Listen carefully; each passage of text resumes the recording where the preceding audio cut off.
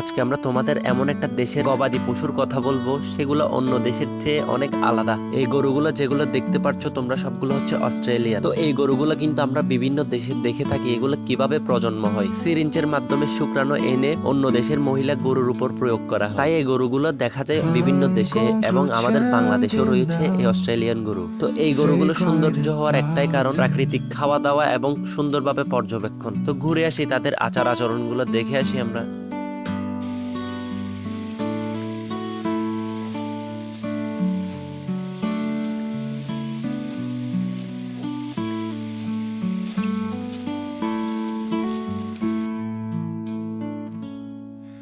本公主千叮咛，飞快的大字。